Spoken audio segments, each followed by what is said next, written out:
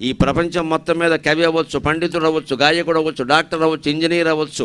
అన్నిటికంటే కష్టమైనది ఏదో తెలుసునండి, మంచి మనిషి కావడం చాలా కష్టం అమ్మా. ఇవాళ సమాజం ఎలా ఉందో గమనించండి. ఏ పత్రికైనా చదవండి, అన్ని మానభంగాలు, హత్యలు, ఘోరాలు, నేరాలు. ఎందుకు ఇలా తయారైంది? అదవుతారు ఇదవుతారు ఉండదు. నువ్వు మంచి మనిషి అయితే చాలు, ఇంకేం అక్కల. నరుడు అవటం ఎంతో దుష్కరము సొమ్ము అంటాడు మహాకవి దాశరథి. మనం మనుషులం కావట్లా, ఇంకేదో అవుతున్నాం. ఇక్కడ పూర్వకాల పెద్దల్ని, ఇక్కడ కూడా 70 ఏళ్ళు దాటి ఉన్న వాళ్ళని, స్త్రీలని, పురుషుల్ని కూడా గమనించండి.